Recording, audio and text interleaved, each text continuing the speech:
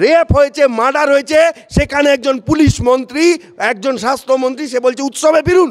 How dare you say that? আপনাদের দাবিটা media দেখিয়েছে, সরকারের কাছে চলে গেছে, পরিষ্কার। আপনাদের দাবি আপনারা দিয়েও এসেছেন।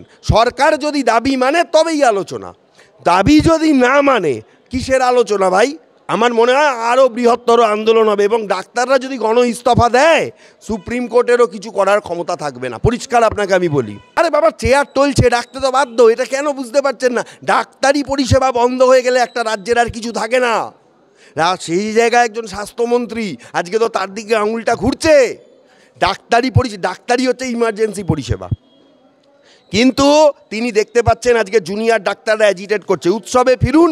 তারা আজকে বেদনার উৎসব দেখাচ্ছে। কিসের উৎসব? ওনাকে সাধারণ জনগণ জিজ্ঞেস করতে চায় কিসের উৎসব চলছে। উনি কিসের উৎসবের কথা বলছেন? জনগণের লাশের ওপরে দাঁড়িয়ে তো উৎসব করেন ওনারা। কিসের উৎসব? এত ডাক্তার আজকে রাস্তায়, এত সাধারণ মানুষ আজকে রাস্তায়, আজকে তাদের দাবি দাওয়া নিয়ে কোনো কথা চলছে না। দিকে দিকে তার দলের নেতা ডাক্তারদের দেশদ্রোহী বলছে। আরে তোরা তো রিগিং করে জিতেছিস, তোরা তো জনগণের বিরোধী, তোদের থেকে বড় দেশদ্রোহী আজ পর্যন্ত পশ্চিমবঙ্গের বুকে কেউ আসেনি।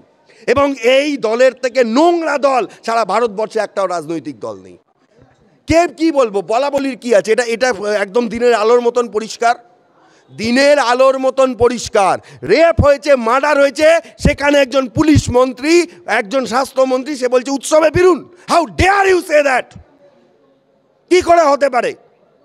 এবং নির্লজ্জ এক মানে প্রশাসন, অত্যন্ত মানে আমি একদম কদর্য প্রশাসন, কদর্য মানে তাদের চিন্তা ভাবনা, এরকম প্রশাসন আমরা দেখিনি।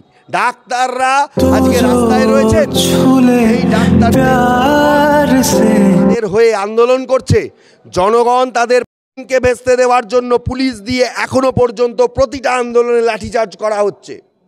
পুলিশ বড় বড় ডায়লগ মারছে, কার অঙ্গুলি এলনে। ডাক্তারদের যে দাবি দাওয়া, আরে ডাক্তারদের সঙ্গে এতই যদি রফা করার দরকার, ডাক্তারদের দাবি দাওয়া মিটিয়ে নবান্ন বিবৃতি জারি করুক 6টার আগে। আমার বক্তব্য এইটাই, আর কোনো বক্তব্য আমার। ওনাদের দাবি দাওয়া সবাই জানে, পুরো মিডিয়া সারা ভারতবর্ষ জানে। আমি কিছু বলবো না, আমি কাউকে নির্লজ্জ বলিনি, আমি তাকে শ্রদ্ধা করি, কিন্তু তার দলের পলিসির জন্য আজকে জনগণ তাকে বলছে। এত মানুষ তাহলে রাস্তায় কেন? এত মানুষ তাহলে উৎসবের বিরুদ্ধে কেন? আমি উৎসবকে আমি কটাক্ষ করিনি, কিন্তু এত মানুষ আজকে তাহলে তার এই উৎসবের কথাকে কটাক্ষ করছে কেন? ডাক্তাররা এখনো পর্যন্ত রাস্তায় রয়েছে কেন? এই রাজ্য সরকার ডাক্তারদের নিরাপত্তা দিতে ব্যর্থ, সেই জন্য আজকে তার এই অবস্থা। অবশ্যই ব্যর্থ। মুখ্যমন্ত্রী কি, পুরো মানে কি বলবো, পুলিশ প্রশাসনই ব্যর্থ, পুরো পুলিশ প্রশাসন ব্যর্থ। যদি পুলিশ একটু সচেষ্ট হতো, আজকে আমার বোনকে মারা যেতে হতো না, আজকে কলকাতার তিলোত্তমাকে মারা যেতে হতো না। আজকে যদি পুলিশ মানুষের সঙ্গে এই নির্মম ব্যবহার না করত, আজকে আন্দোলন এত তীব্র হতো না। এই ঘটনা অনেক আগেই মিটিয়ে নেওয়া যেত তাদের সঙ্গে আলোচনা করে। সরকার তো এটাকে জিইয়ে রেখেছে, সরকার চাইছে না যে এর কোনো সমাধান সূত্র বার করতে। আসলে সরকার সমাধান সূত্র বার করতে গেলে অনেক রাঘব বোয়ালকে ছাঁটাই করতে হবে, অনেকে স্ক্যানারের নিচে চলে আসবে। কিসের আলোচনা আপনি বলুন তো?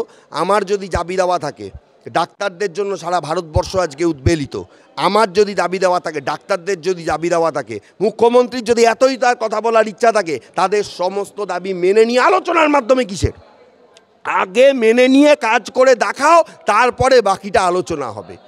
তার আগে কিসের আলোচনা? আলোচনা করে এইটা কি রাজনীতি? এটা কি? আমি ডাক্তারদের একটাই কথা বলবো, আপনারা যেভাবে কোনো রাজনৈতিক রং রাখতে দেননি, এই ধরনের রাজনৈতিক পরিসন্ধিতে, রাজনৈতিক মায়াজালে, রাজনৈতিক ষড়যন্ত্রের মধ্যে একটুও এগোবেন না, পা দেবেন না। অবশ্যই নবান্নে রাজনীতির সবথেকে বড় মানে পাঠ রচিত হয়েছে নবান্ন থেকে এই সমস্ত কিছু ঠিক হয়। যত দুর্নীতি, যত কিছুর মাথা, সব কিছু হচ্ছে এই নবান্নে 14 তলায়। এটা তো সবাই জানে, এটা আবার বলার কি আছে? আর কাল থেকে কায়দা মেরে একটা জিনিস লেখা হচ্ছে, চিকিৎসায় গাফিলতি। আচ্ছা, চিকিৎসায় গাফিলতিটা সেটা কি কাইন্ডলি এক্সপ্লেন করবেন? রাজ্যের মাননীয় স্বাস্থ্যমন্ত্রী, তিনি কাইন্ডলি মাননীয় স্বাস্থ্যমন্ত্রী বা প্রতিমন্ত্রী, তিনি তো বললেন অনেক কিছু, তিনি তো ওইখানে গেছিলেনও, তিনি কাইন্ডলি একটু এক্সপ্লেন করুন তো যে চিকিৎসায় গাফিলতি বলতে কি বোঝায়, কার জন্য গাফিলতি, কি সিস্টেমের জন্য গাফিলতি। সরকারি অনেক হসপিটালে, আপনি আরজি কর ছেড়ে দিন, অনেক হসপিটালে আপনার উপযুক্ত পরিষেবাই নেই। গ্রাম থেকে রেফার কেন করে দেওয়া হয়? হাইকোর্ট বহু আগে 2018-19 সালে বলেছিল রেফারেন্স বন্ধ করতে হবে, কিছুটা বন্ধ হয়েছে, আবার রেফার করা হচ্ছে। সেইখানে টেন্ডারের টাকাগুলো কোথায় যায়? আজকে যে প্রশ্ন সন্দীপ ঘোষের বিরুদ্ধে উঠছে, অন্যান্য জায়গা Murshidabad medical college, Rampurhat medical college, আরও অন্যান্য মেডিকেল কলেজ, সেখানকার সুপারদের বিরুদ্ধেও আজকে ডাক্তাররা সরব হচ্ছেন। কেন বলছেন সেই তদন্তগুলো কেন হয়নি? আসগার আলী যখন লিখেছিলেন সেই তদন্ত কেন হয়নি? ঘুঘুর বাসা কেন সরানো হবে না? কেন এতগুলো লোককে রেখে দিয়ে আবার ডাক্তারদের সঙ্গে সমঝোতা করার চেষ্টা? এই জিনিসটা কিন্তু জনগণ মানবে না।